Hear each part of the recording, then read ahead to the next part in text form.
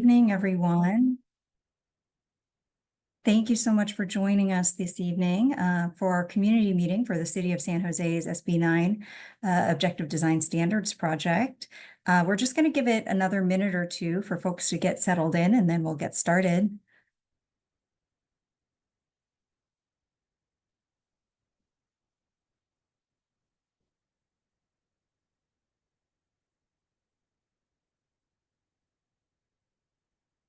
And once again, good evening, and thank you for joining us. We'll give it one more minute, and then we'll get started.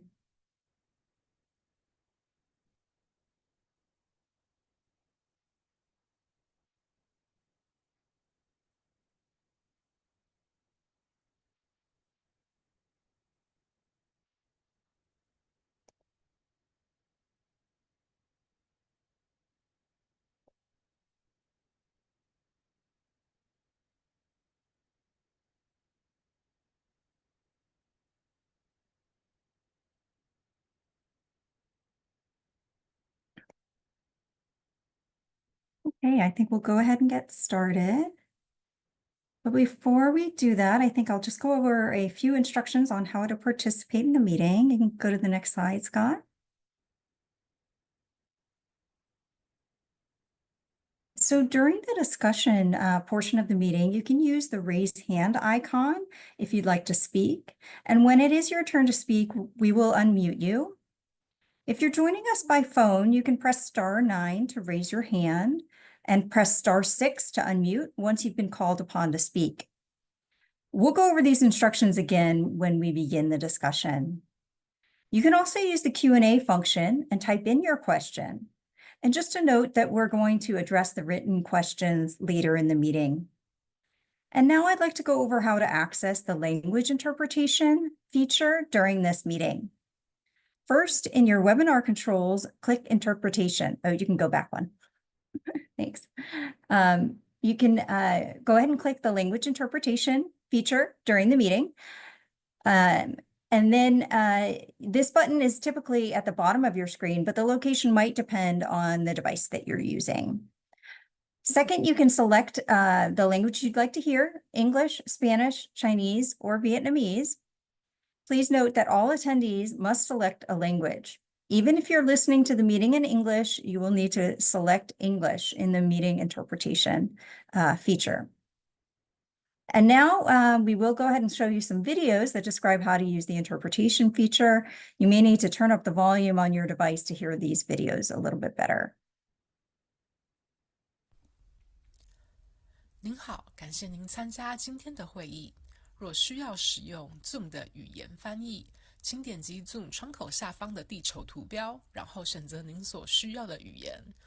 为了让您能够清楚地听到翻译语音，我们建议您选择关闭原本语音的选项。请点击地球图标后，选单上的最后一个选项。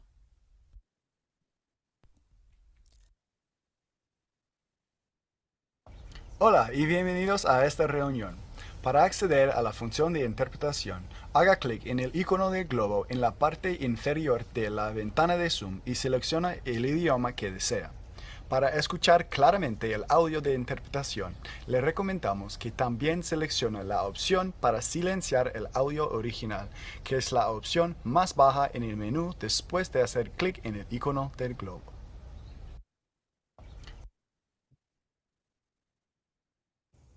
Xin chào và cảm ơn quý vị đã tham dự buổi họp ngày hôm nay. Để truy cập vào phần thông dịch của ứng dụng Zoom, xin nhấn vào biểu tượng hình quả địa cầu ở phía dưới của màn hình và chọn ngôn ngữ theo ý muốn của quý vị. Để nghe rõ lời phiên dịch, chúng tôi khuyến khích quý vị chọn chức năng tắt âm thanh gốc nằm ở phía cuối trong phần tùy chọn của biểu tượng quả địa cầu.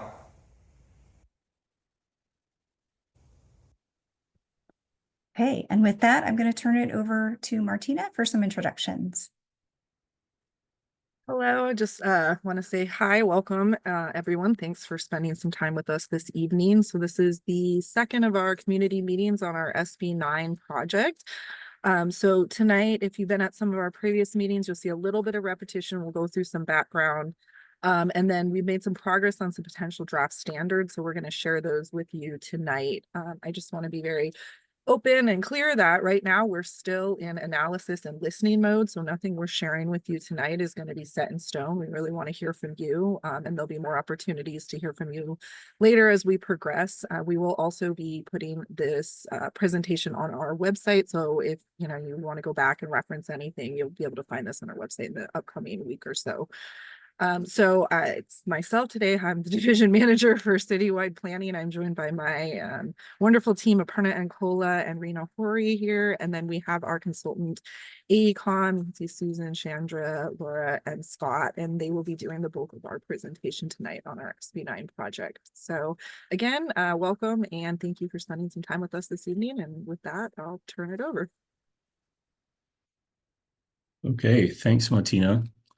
Thanks all for joining us again for this second meeting. We're looking forward to hearing your input on some preliminary standards that we're looking at tonight, which is what we'll spend most of our time on.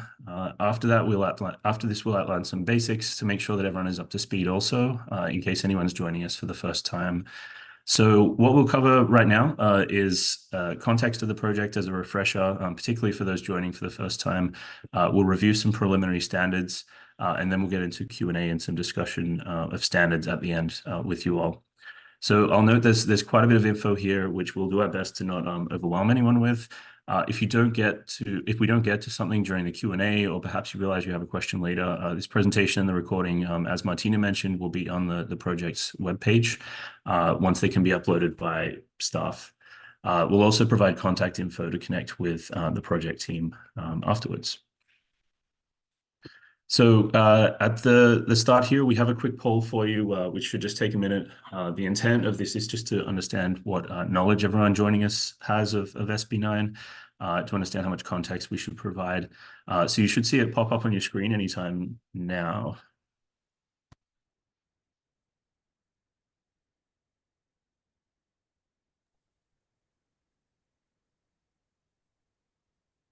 There you go, and I'll leave it a minute here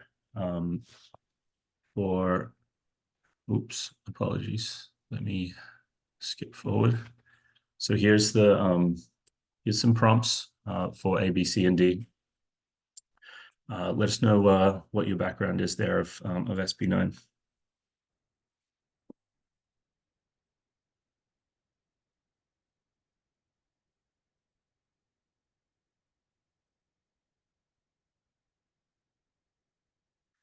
Okay, so we can keep moving on here. Seeing that most people have some knowledge of SB9, a couple people perhaps haven't heard of SB9 before, and for their benefit, we'll certainly make sure that we provide you with some baseline details of just what it's about, so that you know what we're talking about. There is a bit of technical info here today, so just want to make sure you're not in the dark on that. But good to see a range of people here, including some people that joined for our first meeting, and some people that have some quite a bit of familiarity with this subject matter already.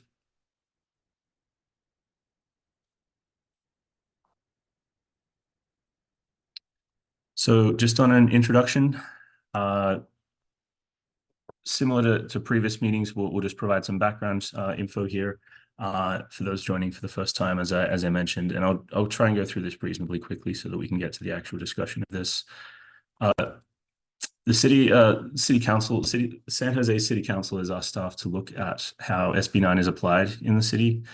To speak to why we're here, that's to look at how SB9 development can contribute to the city's housing obligations, how the city can retain neighborhood character in zones where SB9 is being applied, to create objective development standards, which are development rules that are clear and measurable for certainty to neighbors and developers. And that's the bulk of what we want to talk to you about tonight. They also ask that staff engage with the community to ensure sharing of information and obtaining input. So these points in particular, the development of standards and community engagement, are the basis of the current project and the reason we are here today. So just to touch on a timeline so you can see where we're at in the project, you're currently part of our second community meeting for the project, in which we'd like to gather your input. So this is the first time we're sharing the detail on some preliminary standards we're looking at for the city. The previous one provided more background information. Following this meeting, the city will be making refinements to the standards based on feedback we've received and looking at further outreach opportunities. The city will later work through the process of code updating and public hearings before any adoption can happen, and that wouldn't be until next year. So to cover the quick basics of SB9, SB9, Senate Bill 9 was signed into law as part of the state's Housing Opportunity and More Efficiency Act in 2021. The bill requires cities to approve certain housing projects in low density zones across the city and is seeking to encourage infill housing. We'll cover some more about this in a few slides' time. So importantly for the city, some of those requirements from the state include that the city must process applications that meet basic requirements of SB9 ministerially. That means the city cannot apply any discretion to the review of the project, This intended to lead to a streamlined process for permitting these projects. The city can add standards to guide development, which again is what we're here to talk about tonight, but it must not impose requirements that would prevent a project from constructing 2 800 square foot units on a site that qualifies for SB9. The city also cannot require parking for projects within half a mile of transit or within a block of a car sharing vehicle. So what would a SB9 project look like? We'll show you some visuals here just so you can sort of picture what exactly an SB9 development might result in. So there's a little bit here, but where a site can qualify for SB9, an owner may propose one or both of the following, and you'll see that on the left and right of the screen here. They can construct 2 units in a detached form or an attached duplex form, and those scenarios are shown on the left. They can also, or in combination with the previous point, subdivide their lot to create 2 lots, and those are the scenarios that are shown on the right. So in addition to that, the city's ADU ordinance may also be utilized in parallel with SB9, and the diagrams are showing potential ADU arrangements shown in yellow. So as you can see here, this results in numerous different potential outcomes. On the left, you can see those without a split lot. The owner can add an additional unit for 2 units on the site. They could then also add up to 2 ADUs. And then again, on the right, you see those with a lot split where they've created 2 lots where there previously was 1. Each lot resulting could then have 2 units in some combination of SB9 units or ADUs. So whichever combination you choose, we should underline that it does not allow you to have more than 4 units on a site. So we wanted to also demonstrate what a physical example of an SB9 outcome might look like. This is an SB9 development that was recently completed in the Los Angeles area, viewed from the street. The project included retaining the existing dwelling, which is what you can see at the front. And behind the existing dwelling, they have added a 2-story SB9 unit in the rear. And then behind that, there's 2 ADUs as well, for a total of 4 dwellings on the site. So just to speak to that a little further, here's the site layout. For reference, the street is on the right. The existing dwelling is highlighted in blue. The new SB9 unit is in the middle and is highlighted in red, and the 2 ADUs at the rear of the site are in orange. This example did not propose subdivision, so this is all contained within 1 lot. So considering how the project could appear from the street is important to informing the character of the neighborhood. So for our recently built example here, here's 2 views of that development from the street. Highlighted in the red dashed line is the SB9 development. You can also partially see one of the ADUs. The units in the back are largely hidden from view by the existing dwelling based on their scale, and most can only be seen over the neighbor's driveway. So just to briefly recap what San Jose's SB9 project is seeking to do now. The city is seeking to achieve a number of goals related to SB9 with this project.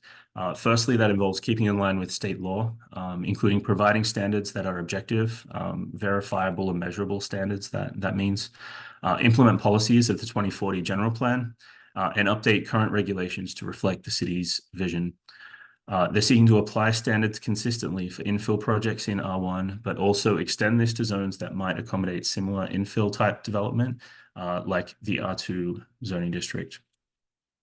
They're also seeking to provide clear development standards, specifications, performance approaches, and graphics to aid with public understanding of the policy. So just to speak to what level of activity or those goals specifically and what level of activity of SB9 development has actually been implemented over the 3 years since its introduction by the state. The city's received 13 applications for SB9 dwellings or duplexes, with only 3 applications approved. They've received 45 applications for SB9 lot splits, with 7 of those approved. As far as expanding opportunities for SB9 type development to occur, SB9 applies to single-family residential zones only. The City Council, as part of their resolution, have directed staff to look into SB9 type standards that might also apply to the city's R2 zones, as well as how such standards might sensitively be applied to historic districts and resources, in an effort to increase the take-up of these developments to contribute to the city's housing obligations. And this is a key direction in undertaking this project. So before we jump into talking about potential new standards, it's important to note that the city already has some existing standards that apply to SB9 development that were introduced in 2022 that could be built upon with the current project. So the city's existing SB9 standards cover a number of different areas, including access, where a certain lot split outcome would require access to the street, and that access would have to be by a 12 to 15-foot corridor, and we can talk a little bit about that further in a few slides' time. There's a dwelling unit limitation of 2 SB9 dwellings per lot. The ADU limit, there's an ADU limitation as well, which limits 2 unit developments to either 1 attached ADU or 2 detached ADUs. The city currently has an FAR regulation of 0.45, or that's floor area ratio, for anyone not familiar with that acronym. It's 0.45 or 800 square feet per unit, whichever is the greater. There's also a building height regulation in force, which is 2 stories or 30 feet. And for structures within 20 feet of the rear property line, the maximum height is 20 feet or 1 story. There's also a garage frontage limit, which limits garage door widths to half the width of the dwelling. So now for the substance of what we wanted to talk about today, and we'd really like your feedback on particularly the following content, which is things that we're looking at as potential standards for the city of San Jose. So in creating the standards, several inputs are important, have been kept front of mind as we've come up with ideas for what the standards might look like. And these include feedback gathered during our previous community meeting, as well as stakeholder meetings that the city has held. Through the city's experience in implementing the current SB9 standards is a key input to that as well. Also through reviews and case studies and best practice, as well as the physical characteristics of San Jose's unique single-family neighborhoods. So additionally, as in many planning issues, the standards seek to find a balance, and that's a balance of things like an owner and neighboring owners' interests, a balance of encouraging more housing whilst also retaining neighborhood character. So also important is to set out some of the objectives for what the city is trying to achieve here. And that includes making the process for SB9 development more user-friendly, encouraging quality living spaces in those new SB9 units that are resulting from the policy. Consider privacy impacts to adjoining sites is an important one. Addressing feasibility issues in the current standards, including the rear setback and easement requirements. Encourage more efficient site planning that provides flexibility to new housing while encouraging the provision of open space. Also consider how SB9 type standards might be introduced in historic districts and resources per the City Council's direction. So here's a list of the standards that we wanted to talk to you about in the following slides. These are draft ideas for standards that can be refined, replaced, added to at this point, and we share them now to understand how they might address the priorities and needs of the community and how you will feel about these as well. So firstly, site planning and massing. We heard during the first community meeting that there are concerns with SB9 development resulting in bulkier development with less open space and landscaping, which is characteristic of single-family neighborhoods. So to address site planning and massing on a site with SB9 development, there are two approaches that could be taken. The first approach is a floor area ratio regulation, which the city currently utilizes, and that's the 0.45 ratio that I mentioned a couple slides back. Floor area ratio controls the total square footage on a lot and resulting building bulk, excluding garages. It limits floor area as a ratio of the site area. The second approach is using site coverage. Site coverage regulates the percentage of a site that can be covered in buildings, including garages, ensuring that open space remains around buildings. So that's two different mechanisms that you might use to address things like site planning and massing, particularly through additional SB9 development on a site. So just to touch on each of those and the pros and cons associated with each of those, floor area ratio, or FAR first, will limit the massing and bulk of a development. From a construction standpoint, it's also cheaper to build a larger single-story building than it is to build a two-story building of the same floor area. So development is, in the current circumstance, incentivized to remain single-story and cover a lot of the site. So the diagram on the right describes where a project would be encouraged to put additional floor area that SB9 would allow with an FAR regulation only. So this outcome, however, sees single-story development that can end up occupying, as I mentioned, a very large footprint, leaving little room for open space, landscaping, and drainage. So currently, again, the city has a maximum floor area ratio for these developments of 0.45 to 1, excluding garages. This allows development to occupy a lot of the site footprint, which would be increased with the potential for SB9 and ADUs to be added. So the other mechanism of site cover, it limits the size of the ground floor of a development, requiring that space to be left for features that are characteristic of a low-density neighborhood, like open space, landscaping, and drainage. This approach would also encourage more efficient site planning in the addition of, particularly in SB9 units. In limiting the building footprint, this regulation would encourage two-story development for a project seeking more floor area, as its single-story footprint would be limited, preventing it from sprawling across the site, similar to what it could do under an FAR regulation. So note that two-story development is currently allowed in all these single-family neighborhoods. There's just less incentive for buildings to do that, to use the upper floor if you can build it all on the ground floor. The diagram on the right describes where a project would be encouraged under a site cover regulation to put additional floor area that SB9 would allow. You can see a larger amount of space at ground level would be encouraged to be retained as open space or landscaped area than the previous example for FAR. You can also see from the diagram that the overall building is bulkier, and that's an issue with site cover, as only the footprint is being regulated. The building contains more square footage than it would if it was just in the current FAR. It's just located at upper floor level. So as you can see, there's trade-offs with each of those mechanisms, and site cover results in more open space, but it results in bulkier buildings. FAR results in less bulky buildings, but with less open space. So in this, there's opportunity to merge the two to get the benefits of each. And by calibrating FAR and site cover for a smaller footprint in combination with limiting FAR, it is feasible to obtain viable development envelopes that also retain a substantial amount of the site for landscaping and open space and are less imposing to neighbors, which are priorities which are voiced as important through this project. Hi, Scott. I'm so sorry to interrupt, but I think the slides aren't necessarily advancing to keep in pace with some of your talking points. Right now, we were seeing the FAR slide, so it looks like, so you might want to repeat some of the last points that you made because we were looking at the FAR slide. Okay, so I'm looking at a slide titled Combining Site Coverage and FAR right now. Has that not caught up on your end? Now we see it, yes. It just flipped like 10 seconds ago.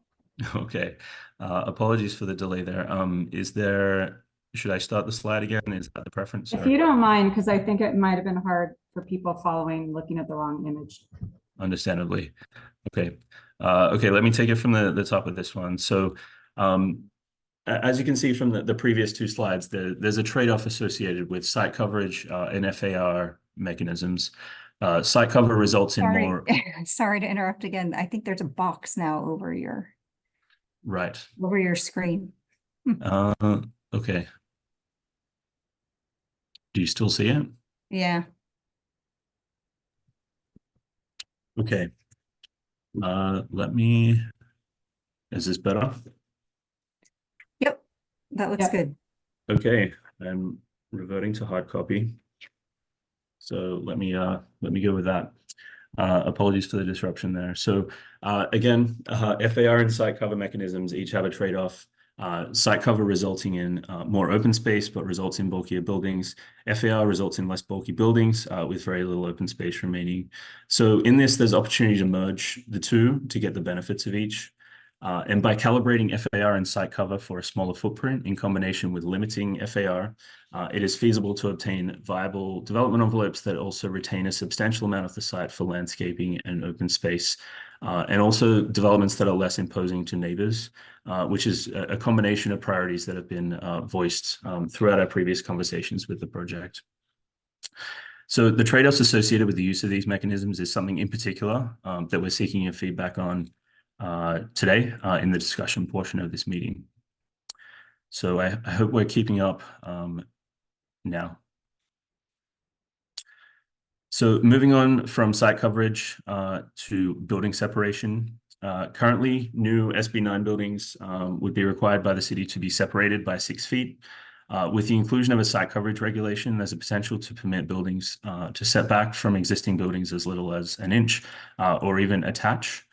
To allow more efficient site planning outcomes of buildings across a site and consolidate open spaces so that sites can actually achieve a meaningful amount of consolidated open space instead of resulting in smaller 6 foot wide open spaces. So a new standard again, setbacks or rear setbacks and maximum height.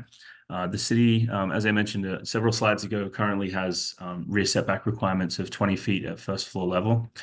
This does not align with the current ADU ordinance, which allows 2-story ADUs within 4 feet of the rear boundary. So aligning those standards would bring some consistency.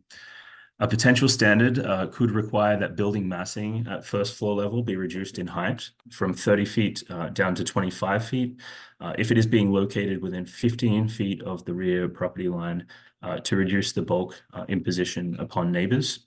And you can see that being demonstrated in the diagram here, where the building steps down 5 feet when it gets closer to the property line to reduce its imposition.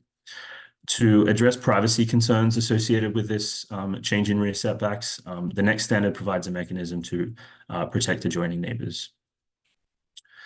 So where a building is being built within 20 feet of a side or rear lot line at the first floor level, there are ways in which windows can be required to be obscured to discourage overlooking into neighboring sites using one of a few mechanisms which we're describing here. These mechanisms still allow buildings to have windows, but permanent design features would deter views straight into neighboring lots from new buildings. The mechanisms would be provided up to 6 feet in height and could include things like obscure glazing, which you see in the diagram on the left, fixed privacy screens, and raising sill heights above eye level, which you also might know as highlight windows. So a little further on privacy as well in relation to balconies. So building on that, another potential standard might require balconies at first floor level to be kept at least 15 feet away from any lot line to reduce privacy impacts on neighbors.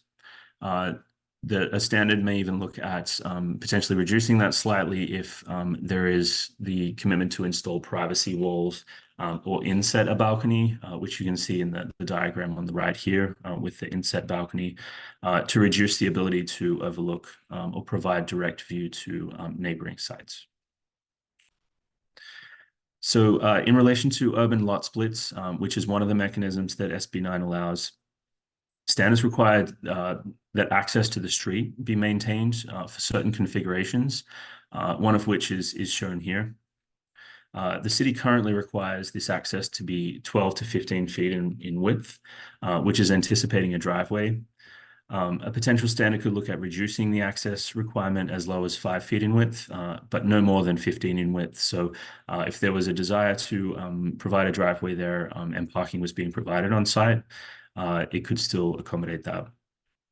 This would address viability issues that the city has seen in implementing this standard and allow for a range of access arrangements, including paths down that corridor and driveways.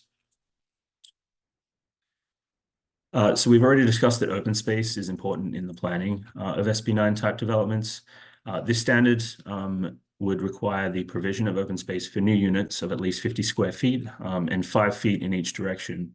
This would ensure units are provided with at least a minimal amount of open space, as small as a balcony or courtyard, as currently there is no requirement for open space under SB9. So this is introducing at least a minimum there.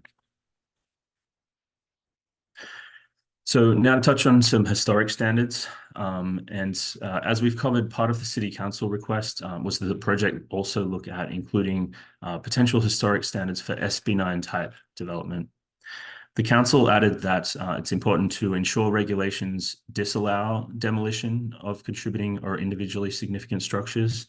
Also, that when structures in historic districts are being split into 2 or more lots, applicants are directed to follow the city's Your Old House historic guidelines to ensure minimal impact to external structures. Also, to ensure that SB9 implementation for R2 properties with a structure built before 1950 can move forward with a clear discretionary historic review process in place. So just to sort of outline where the city's historic areas actually exist. They're outlined on this map here in yellow. There are a total of about 2,300 sites in historic districts that are in the R1 or R2 zoning districts in the city. Same for historic resources. This map shows those in the pink color. There are about 2,600 sites zoned R1 or R2 that are classified as historic resources. And about 2,100 of those are in the R1 zone specifically. So just to move into some historic potential standards here, for historic permitting, preservation, and lot splits, such standards might include a requirement to obtain a historic preservation permit for sites seeking SB9 type units, a prohibition on development of historic buildings for SB9 type units, and a prohibition on lot splits for those with a historic classification. And we want to underscore here also, there's not intended to be any incentive or ability to introduce the ability to demolish historic buildings via SB9, as that first bullet indicates. Additional standards might look at prohibiting physically altering the primary street-facing elevation for SB9 type units, in addition to a requirement for new units to match exterior walls and roofing materials. Massing standards could also be another area that be looked at with historic buildings specifically, and those might require that units be designed to be thinner and shorter than the primary building to reduce the prominence of new structures against the historic resource. Similarly, here's another standard that aims to make any new development less visible from the street and reduce prominence of any new structure compared with the existing resource, obviously, by requiring new development to be set back at least 45 feet from the street. And in this example here, you can see that's behind the existing resource, so it is less prominent than the resource itself. Similarly, this standard seeks to aim to make development less visible from the street, requiring any attached unit to be located at the rear rather than at the side or the front of any significant building. So this is a recap. You saw this slide a little earlier, but as this might have been a lot of detail, and apparently my screen may have been covering some of that detail, here's a list of the preliminary standards we'll dive into in the following discussion, including site cover, floor area ratio, rear setbacks, height, privacy, access, and open space. Building separation was in there, and then there was the historic standards that I just covered as well. So now to get into the discussion, I'm handing briefly to Laura. All right, thanks, Scott.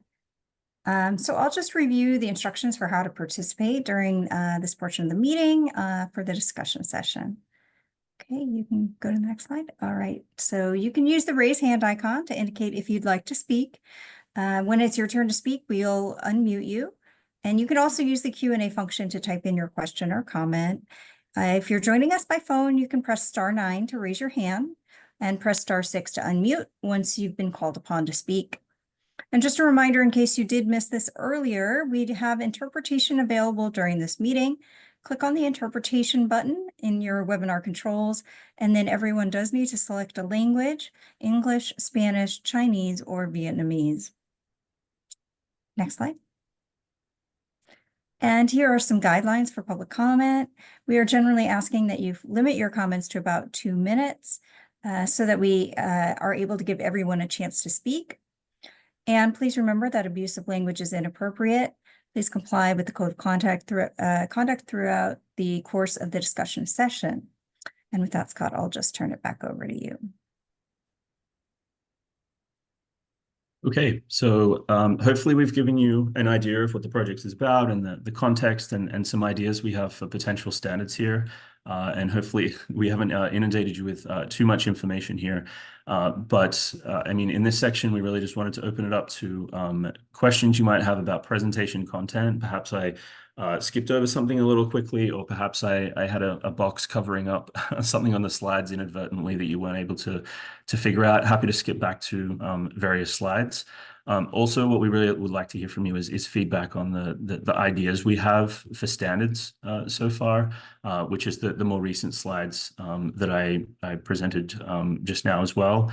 So also happy to flip back to those. So again, you can let us know you have a question or a comment by either using the raising hand function or the Q&A box. Right, and I do see that we have a raised hand here. So we'll start with the verbal comments and the raised hands. So Sandra, I'm going to go ahead and allow you to talk here. Thank you, Laura, and thank you for the presentation. I have just some things I need clarified, please. First, I think, and I could be totally wrong, that there's a difference between historical and historical conservation zones. So if you could clarify if there's a difference and what that difference is. Also, there was no discussion of shade. My house could be very quickly shaded. And some of so are there any shade requirements, which could be an objective standard? The other question I have has to do with some of the photos that you showed actually look like the buildings were 3 stories. Could you clarify? Thank you. Thank you. So I can take the most recent question there, Sandra. Thank you for your questions. There is a couple of pictures in there that show 3-story developments, but that's not in any way proposed here. The height limit in San Jose in these districts is 2 stories, and that is not intended to change through the project. And maybe city staff have more comment on that, but that's purely a photo showing a concept rather than an indication of scale.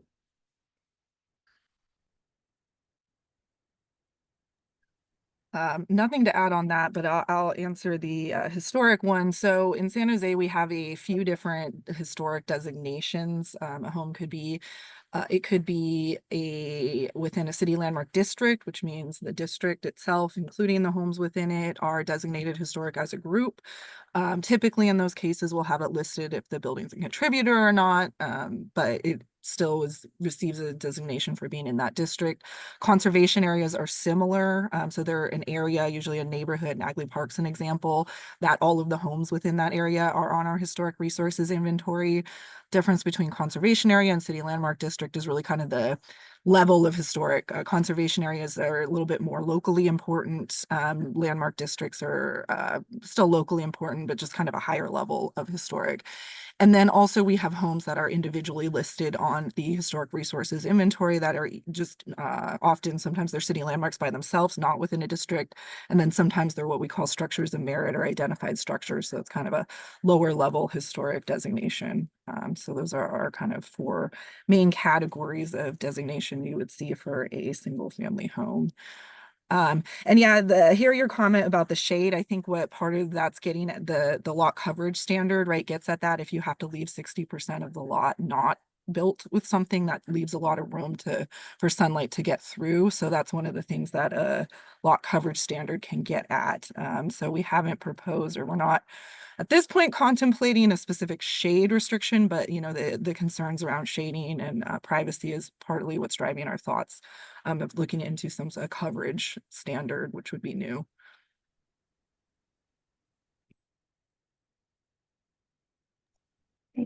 Thanks, Martina. All right, maybe we can move on to some of the questions in the Q&A box. I don't see any other raised hands at the moment. Aparna? Sure. Thank you, Laura. We do have quite a few questions in the chat. A few of these have already been answered, but I would like to just highlight a couple questions here to clarify. So the question is, what is the difference between 3 groups of stakeholders, community and public for these meetings? And were registered homeowner associations noticed about these meetings? I did respond to this question, and I would also like to answer it live. So the first 2 focus group meetings that we conducted for this project were attended by stakeholders, in that the first meeting was for the developers, builders, and any design professionals. And the second focus group was for historic design professionals. We did conduct 1 community meeting before the current meeting, which was for the general public. So the community and public, it's the same reference, but as far as stakeholders is concerned, we did invite specific individuals to obtain more detailed feedback from them. Yeah, and I'll just add to that. I think the term stakeholder is a little bit of a misnomer, because I think everyone here is a stakeholder. You all have a great interest in this project. So we're not saying that in a sense that you're not a stakeholder as well. The first focus groups were really around professionals who had some experience in that space, where we had some very targeted questions kind of based on their experience with these developments that helped us frame our thinking. So but I do want to clarify that we acknowledge everyone here is a stakeholder. We understand this is your homes, your neighborhoods, your community. So we know that you all have a stake in what happens here. And I'd also like to add that this has been a sequence of meetings, and we will continue to include additional outreach even after this meeting is done. And this again leads to Sandra's question about the attendees would be receiving emails and notices of future community meetings. And it appears that a few of the attendees did not receive those notifications. There was a Nextdoor posting, but there were no emails. We'll ensure that any future communication will include it on the email blast as well. So thank you for reminding us on that. And Sandra, I think there's one other question from you, which is related to the SB9 visuals. And you did mention that there is no 2-story within 10 feet of rear lot. And you are correct on that. And we do have the section 20.80, the specific section, 20.30.820, I would refer to that. That does indicate that in the 20-foot distance from the rear property line, you can only build a single story. That's the current standard.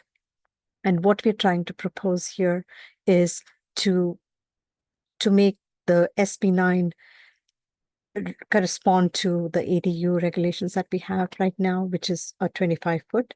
And ADUs they can be located or sited within right next to the property line. And what we're proposing here is there are going to be restrictions for the SB9s, as you may have noticed in the specific slide, which talked about all of the options for the privacy concerns.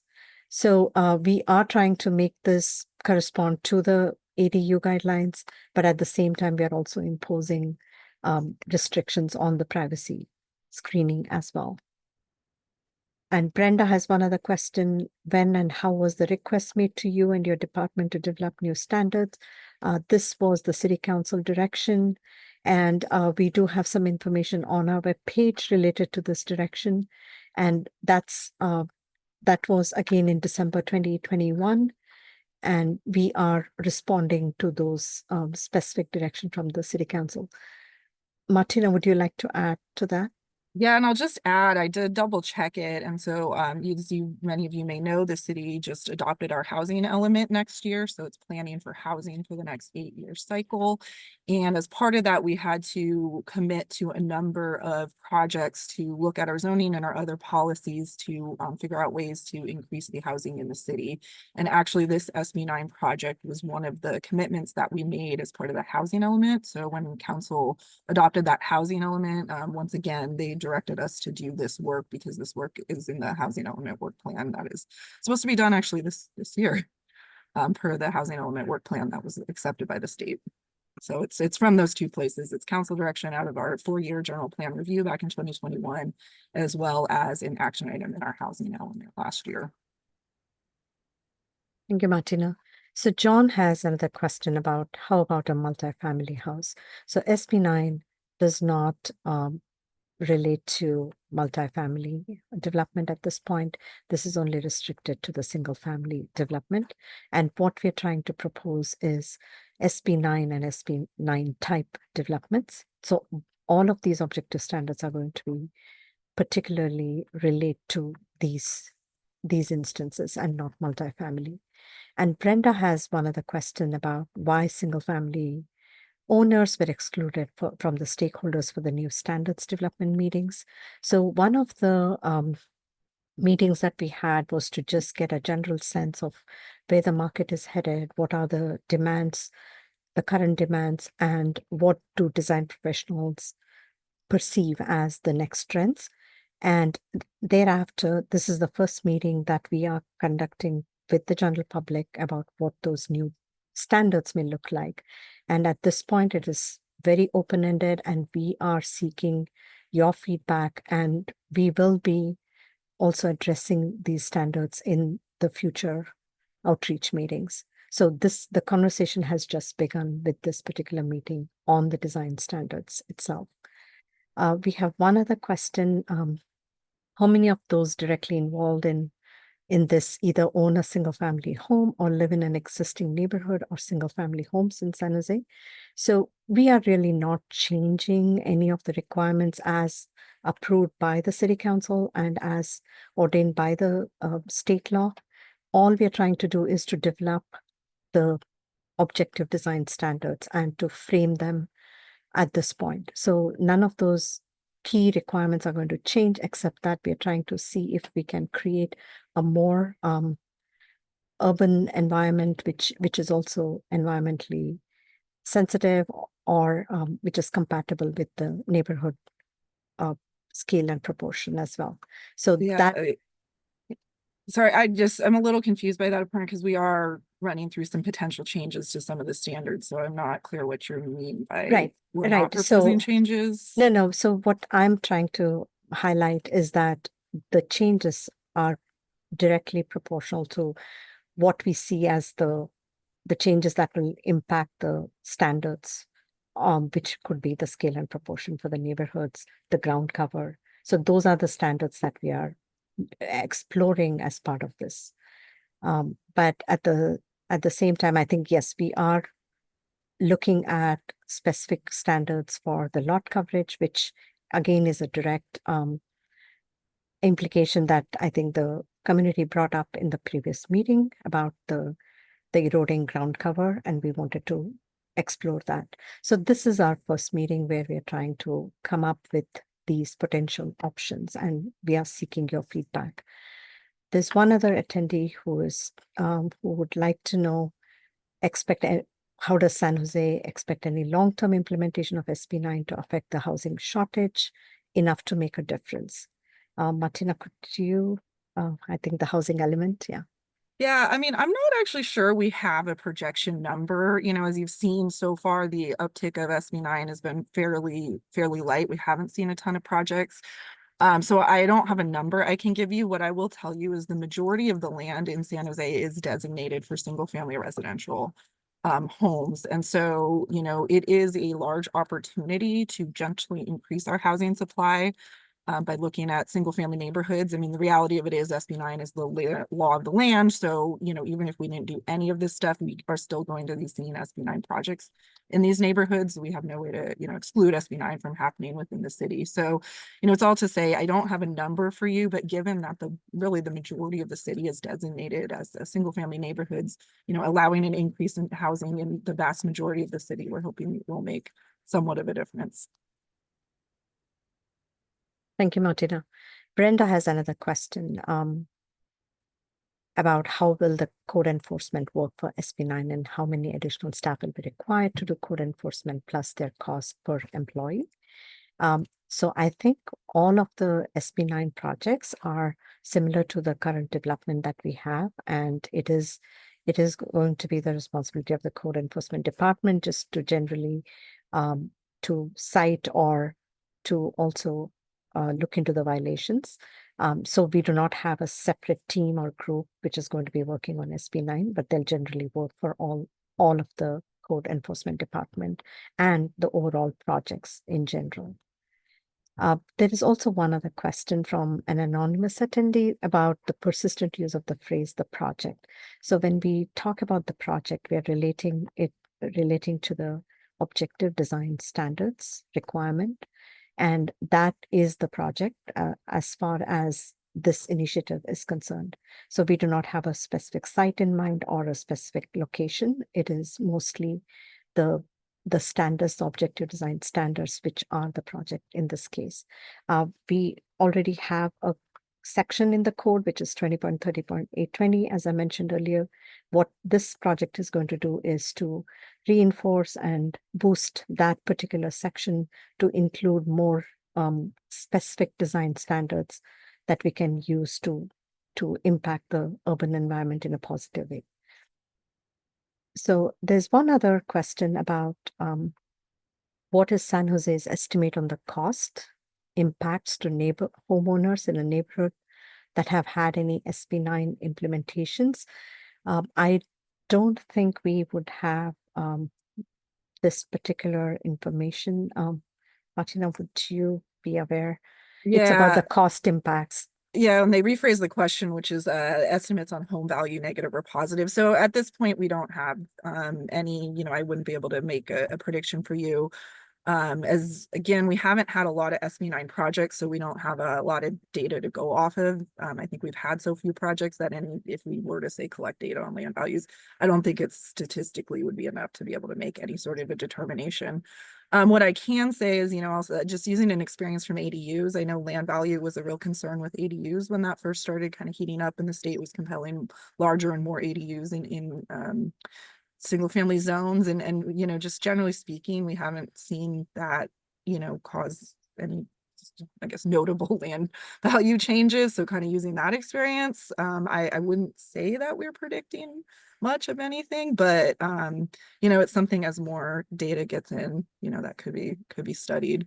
I could see likely someone at the state probably studying that to see the kind of impacts just across the state on land values in SB9. So we've not had many projects for SB9 in the past 2 years.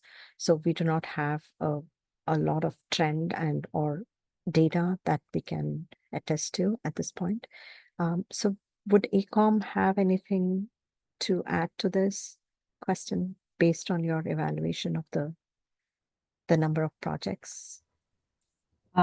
No, we definitely, and I'm not aware of in other cities as well, having enough. There really has not been a lot of SB9 development statewide. So I'm not aware of any other cities that have been able to look at this either. Thank you, Susan. Mm-hmm. So there's one other question about, is there a requirement to notify neighbors that an SB9 is being proposed? So SB9 is not a development process in which there's going to be a public hearing. So this is almost a discretionary process, goes through a parcel map if it is a lot subdivision. So there is really no requirement as such to notify the neighbors in this particular case. And another anonymous attendee question, will the access corridors allow ambulance access, fire department?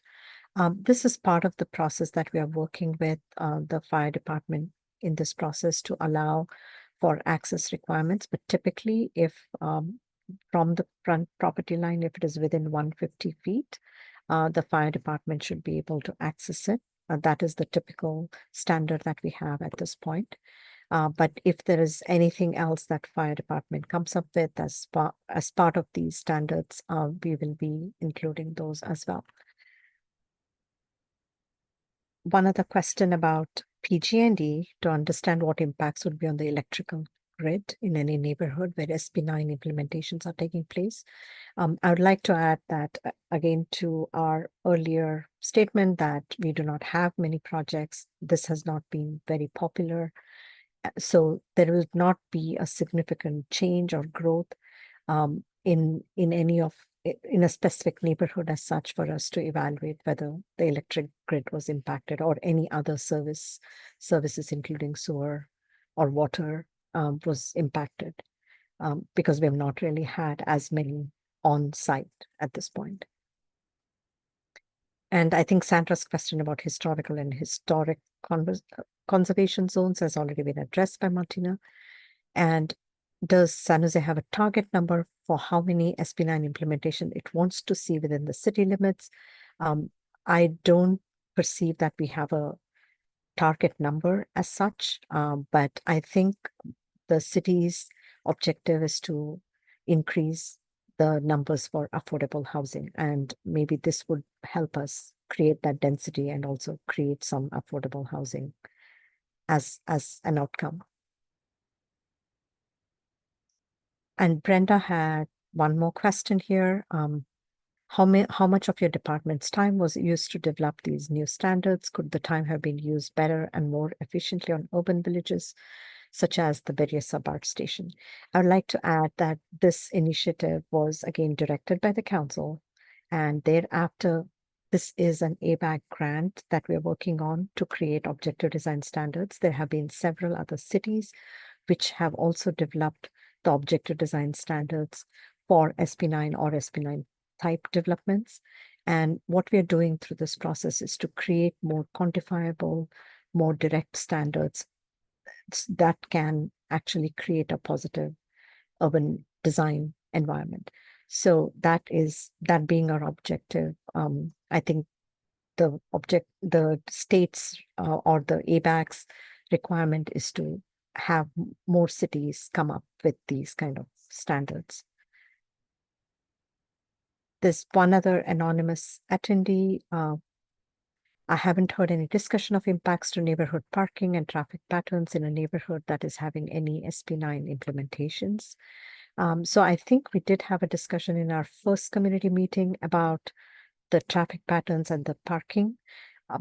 The city does not require a parking requirement at this point. So SB9 that discussion is exempt, or it is not pertinent to SB9 anymore. And that is one of the reasons why we did not discuss neighborhood parking, because this was approved by the city council in 2022, April. And Aurelia has a question. I would like to have seen a 2-story building next to a historical home so that I can better understand what a new 2-story building might look like. Would give me a better visual. We can certainly look at creating more of these templates for historical, but I think the point we are trying to make here is that no building can exceed the height of the existing building. So you cannot, if it's a structure in the back, it cannot exceed the height of the primary building. But yes, we can try to look at more closely as to how a historical context might work in this case. So thank you for bringing up that question. So Ruth talks about what data do you have that indicates changes will be, it's not very clear. Increase applications. Will increase. Okay. Okay. So we'll increase applications. So I think the intent here is to create a better urban design environment. And that is what staff is looking into more closely here. But again, we have not received many applications in the past 2 years, so we do not know how the trend is going to be. But maybe with more stringent and more design sensitive guidelines, maybe we'll have more interest in building SB9 and then creating that density and that affordable housing. So Yeah, that's our overall intent. Yeah. Yeah, and I can just add, again, looking at the ADU experience. So one of the reasons we did talk to kind of designers was to find out what are their pain points, right? As you're working with a client trying to design an SB9 application, what are the points that you're finding really challenging? Because that does help inform, okay, what changes if we wanted to increase applications, well, what are the problems we're seeing now with where are our pain points? I'll tell you with ADUs, when either we did it ourselves or the state forced us to do less restrictive standards, we did see a jump in ADU applications. So, anecdotal, but a very similar type of thing. So, and generally speaking, you kind of lessen, when you change the regulations, a lot of times you will see different outcomes, especially if you base it on kind of trying to fix some of the issues or pain points. Thank you, Martina. So that we have a question from anonymous attendee again, where were registered homeowner associations noticed about these meetings? We do have a subscriber list that we send it out to, and as part of the subscriber list, we do send notifications about the web page and about the project that we are working on. But we haven't reached out to a specific homeowner association in particular, because this is our 4th meeting and our 2nd public meeting. But if there are any, if you'd like to indicate if there is a specific homeowners association who would like to be on our list, then please do forward that information, and then we'll make sure that we will send it out to them as well. Is it true that, this question from Rich, that active CCNR, single family and R2 developments are exempt SB9 densification? So yes, they are exempt, but one of the directions that we got from our city council is to pursue or to explore the R2 developments. And we do, as staff, we do observe that R2 developments are very similar in terms of the lot patterns or the locations as the R1 lots. And so this is one aspect that we are exploring as part of this project, and to see if R2 will be able to develop the SB9 type of developments. Sorry, let me clarify here, because I think the question was really around, not around R2 as much as it around neighborhoods that have CCNR, so covenants, conditions and restrictions on the property. Are they exempt from SB9? So it's not a super clean answer there. So first off, it depends on what the CCNRs say. Often they do say no more than 1 unit per lot, right? And so, unlike ADU law, the state went ahead and overrode any CCNRs that would preclude building an ADU. They have not done that from SB9. So if a property has CCNRs that say you can't subdivide or you can't build more than 1 unit per lot, those would apply. Now, that said, I do have to clarify that. So CCNRs are a private agreement between homeowners. They are not an agreement the city is party to. They're a completely private agreement. Effectively, when you buy a home in a CCNR, you and all your neighbors have agreed to these standards. And so it's up to you and all your neighbors to enforce these standards on each other. So the city really actually doesn't have the ability to enforce private agreements between owners where we're not a party to that. So it would really be up to an HOA or the other homeowners to enforce their CCNRs with whatever penalties that are in there. So if someone is in a neighborhood that has restrictions that say, you can't build a second unit or something like that, the city can't deny the project because of that, right? We have to process it, but then they would face the consequences, say, with their homeowners association on violating those restrictions. So it's kind of a yes and no, right? It's really up to the owners to enforce their regulations where they do apply, but they do apply to SB9 projects. They're not exempted like ADUs. Thank you, Martina. Another question from anonymous attendee: will neighborhood residents be informed of and have any feedback to any planned SB9 implementation in their neighborhood? I think this is the same answer that we had previously, because this particular project or process does not require a public hearing process, then there would be no notification to the neighbors. So this is done again through a parcel map process, and therefore we would not have a formal notification as such. Then Roland talks about that there is no way to save the questions and the hyperlinks. And please feel free to directly connect with staff, and we can provide you with the links or any additional information. And this particular meeting and this presentation is going to be recorded, and it would be published on the city's webpage. If you need any additional information, you can always reach out to us.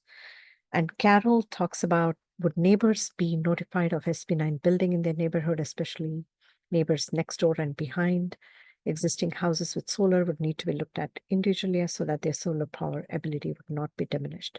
So most of the SB9 standards or the shell or the volume of the building that we're looking at is not different from what we have as an ADU structure in terms of the height, in terms of the location. So again, with ADUs, we do not, it's ministerial process, we do not have any notifications, and the same thing would apply to SB9 as well.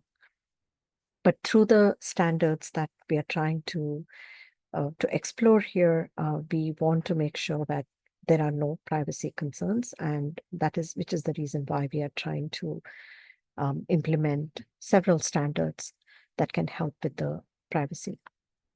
So then there is the first community meeting was for the public. So this is the second community meeting. So we have had two focus group, and we have two community meetings. The first community meeting is already on our webpage, and this meeting will also be on our webpage. The stakeholder meetings, we do have some information, but we do not have the meeting, the recording as such. But both public meetings are going to be on the website. And so there is also another question about the questions are appearing in my Q&A, and is there another window or am I blocked? So we do have only one Q&A section, and all of the questions and the answer, you can check in the answered section, and you should be able to look up the answers as well. So another question by anonymous attendee. I think there are two questions here. One is the impact on Prop 13 valuations. And then the second question is its existing law in the state and what this specific San Jose effort is meant to accomplish. Doesn't SB9 come with its own set of standards and rules? I think we did cover this in one of the previous responses. We are only trying to come up with a set of objective design standards that can better implement this effort for SB9. And we are not again trying to deviate from what the state law already allows, but we are trying to combine it with our current direction from the city council and what we could do in terms of creating that more efficient built environment through these standards. Yeah, I'll just add the state standards are very bare bones, and then anywhere the state standards don't come in, it's the city standards would apply, right? So the states are kind of 4-foot side and rear setbacks, 2 units, no more than 1 parking space per unit. There's some real basic stuff, but it doesn't get into a lot of detail. For example, one of the things the state says is cities can require access to the new lots that are created, and then it's up to the city to figure out what does that access requirement look like. So just as Aparna said, our goal is to take a look at our part of the standards and say, can we do it better? Addressing some of the concerns we hear while also trying to facilitate SBRN housing in our community. And I'd also like to add about the Prop 13 valuation. I don't think we have enough information on our end to answer that particular question. Martina, is there something else you could like to add on Prop 13 valuations, the impact of SB9? Yeah, no, that's a good question. I think we can maybe connect with the assessor's office to just kind of understand that better. It's not really, we don't do property taxes with the city. It's all done through the county assessor. So it's not our area of expertise. I mean, I would assume, with a new lot created under Prop 13, the new owner would be subject to a new lot created, right? They'd be subject to the kind of the value of what they bought it for now. Now, what does that do? Does the assessor then go and reassess the first lot and you lose your Prop 13? Yeah, I don't know. Something we can definitely look into, but again, it's not really the city's area of expertise. So good info for us to have, but not much we can do with it from there. So one of the, I think, a very critical question here, why have there been so few SB9 developments taking place either in San Jose or statewide? Is that indicative of lack of public enthusiasm for these developments? There could be several reasons. I think this initiative was, again, I think during the pandemic, and maybe that could have also impacted the initial, the volume of the projects as well. But it could also mean that single family neighborhoods may not be willing to open up to more density yet. But again, I think overall, I think statewide, we do see that there is not much of a traction as far as SB9 is concerned. Yeah, and let me add to that. Got more info, and maybe we can even find this and link to it. So back when SB9 was proposed, the Turner Center out of UC Berkeley did a study on its feasibility throughout the state. And they actually found that for the most part, it's expensive, right? To build a new home, to subdivide and build a new home, none of that's cheap. And so they found throughout the state that generally speaking, there wasn't much of a financial market for it. So I wish I remember now, but it was some pretty low percentage of lots in the state they thought would be financially feasible for these SB9 developments. So, with that info coming in, I would say then I'm not terribly surprised that we haven't seen a huge demand for it. I think there is also a factor of, a lot of people live in a single family house because they like their home and they like their yard. You bought your home with your large yard because you like it. So, I don't think there is this sort of statewide, every single person wants to do this. And and the only thing stopping them is regulations, right? A lot of people live in homes with large yards and whatnot, aren't interested in becoming a renter, aren't interested in selling part of their lot. So I think that will always be a large percentage of it is just, I'm happy with what I've got. Why would I do this? And then also just financially, a lot of times they don't pencil out per that study that we read from the UC Berkeley. And I know people are continuing to study this. I think they ask us for data on kind of where they are and how many applications and whatnot. So I think we'll see probably more study around the uptick and what is or is not the problems that's causing it to not be super well used in the state. So Sandra has another question about not seeing all of the questions. So there could be questions in the answer section. You can please check that. And again, Rena and I are open to any feedback that you may require on this project. So please feel free to send us those questions and we'll send you any other information that you would need. There's one other question from anonymous attendee.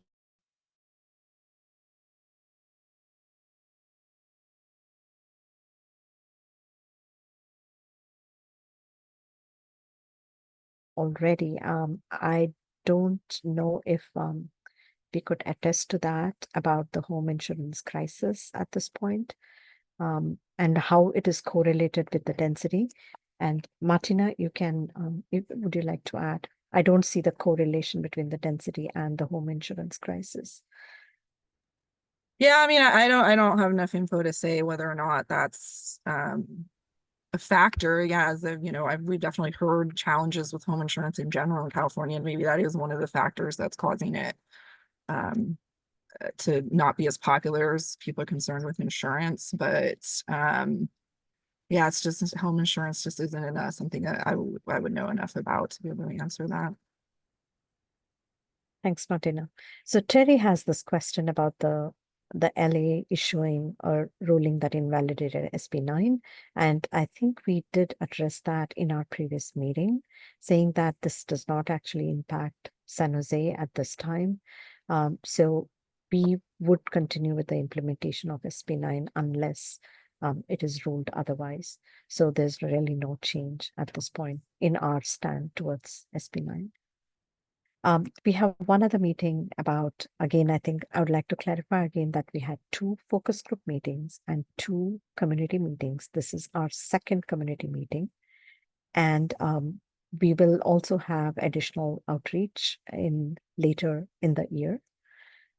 And we will make sure that all of the attendees who joined us today will try to reach out to you. My email, I think, is on the slides right now. So feel free to email me or email Rena, who is the project manager for SB9. Ruthie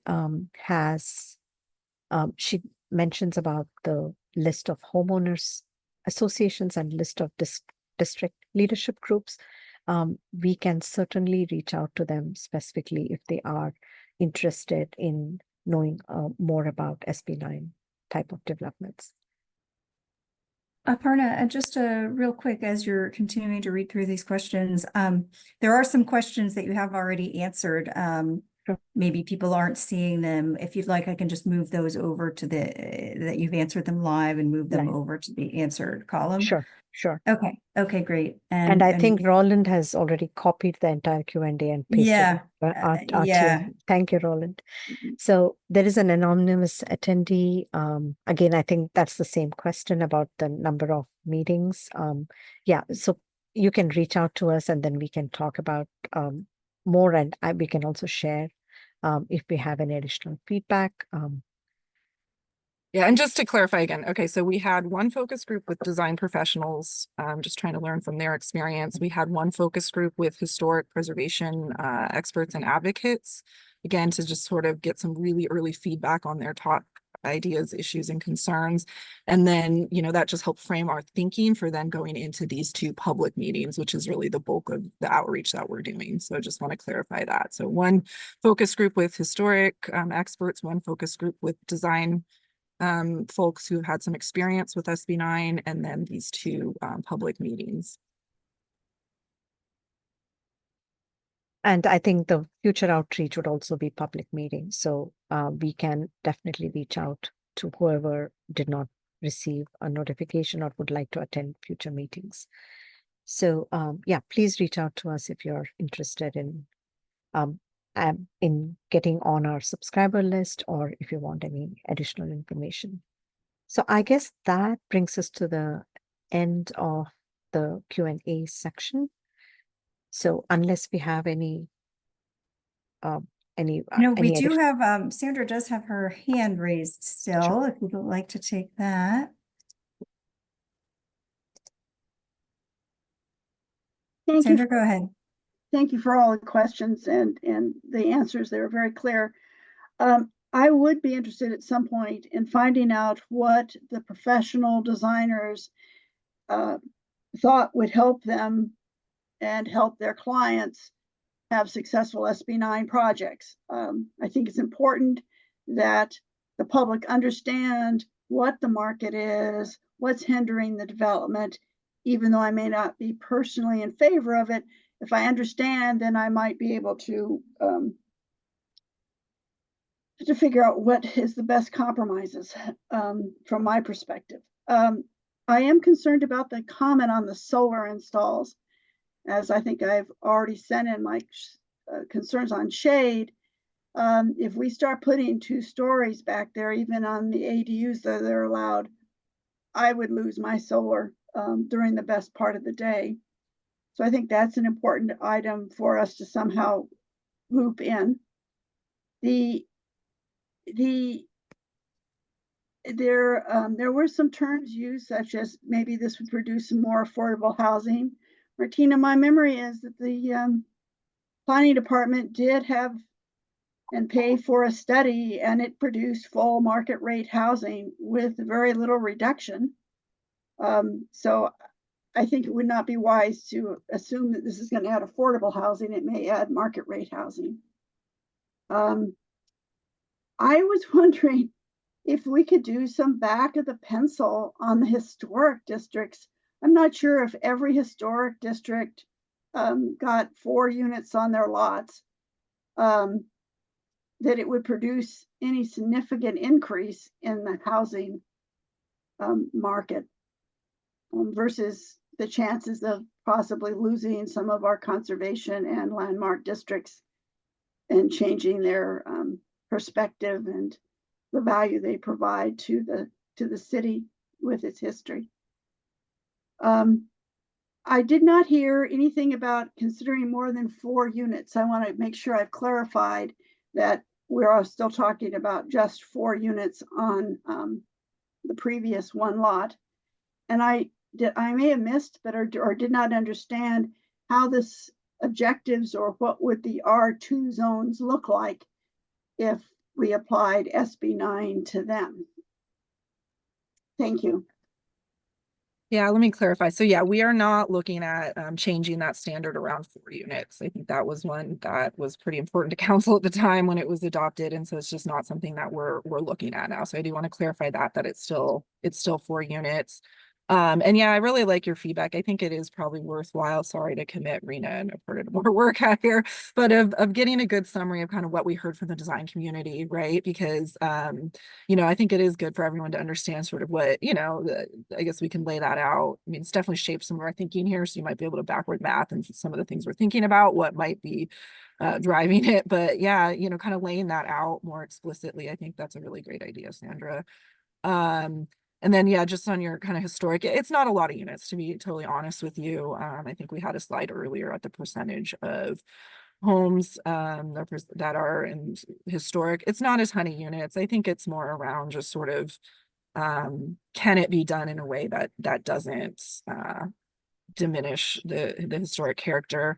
And, you know, just to be really honest with you, I think the state is looking less favorably on historic preservation because it's seen as a way to stop development. And so again, we want to make a good faith effort in saying, hey, can you have both in a way that works, preserves the historic, but also doesn't kind of make it uniquely not developable. So that's partially what someone is driving our thinking. Let me think, was there one other point you brought up I wanted to address? Yeah, I don't recall it right now, but if you want to type it in or mention it again if I missed anything. So thank you, Sandra, for your feedback. I think that really helps us to define and take the study to where we want it to be to help create a more efficient system. I guess my comment, Martina, was on R2.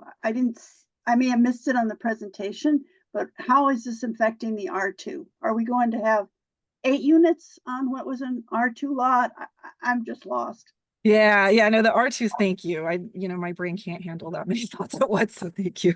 That's an important one. So the way we do R2 in the city is a little bit strange, right? Is that, while it's zoned for 2-family residences based on the way we apply some of our standards, it actually makes it very, very difficult to build 2-family residences. They do require a development permit. And so if you look at our R2 zoning districts, a lot of them are actually developed as single family. For the most part, there may be a neighborhood with some duplexes, and then most of the lots on the block are single family or a mix there. So the idea behind this is that right now what we've got a situation where in the single family zoning district, it is significantly easier to build a duplex than it is in the duplex zoning district.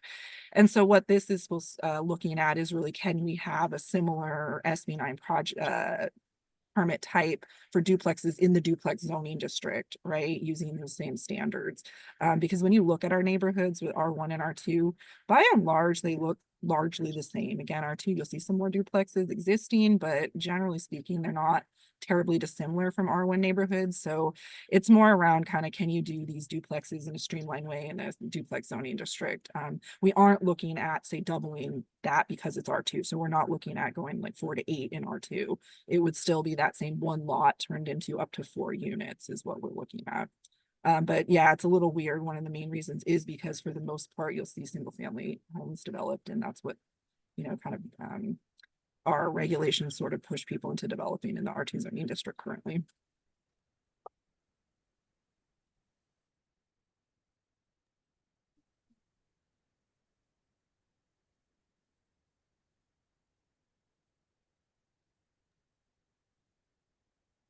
Okay, Aparna, I just wanted to make sure there wasn't any further questions you wanted to read out at all.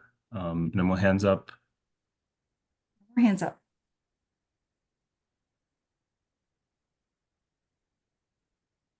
Yeah, and just to answer there's the last one, just seeing from perspective of longtime homeowner in San Jose, it's not going to get much traction. It's not going to do anything measurable on the housing shortage. Are you interested in individual homeowners contacting you to talk about this? Yeah, I mean, most definitely, it's one of the things I always say. Everyone's kind of like, oh my gosh, SB9 is going to come to my neighborhood. Well, the homeowners would have to develop their own properties. So, we're always interested in the homeowner's perspective. So, please feel free to reach out. Yeah, I think there's another comment on the outreach, and we'll definitely reach out to you soon for the next community meeting, and which would be later this fall. Again, thank you for joining us, and please reach out to us if you have any additional questions or if you need any links to specific sections of the code. And thank you again. Scott, would you like to conclude the meeting? Sure. Let me progress to the thank you slide, and echoing Aparna, thanks all for your time this evening. Thanks for your input. Appreciate all your feedback, and we hope to see you continue to be involved in the project as it moves forward. So thanks, and have a good night.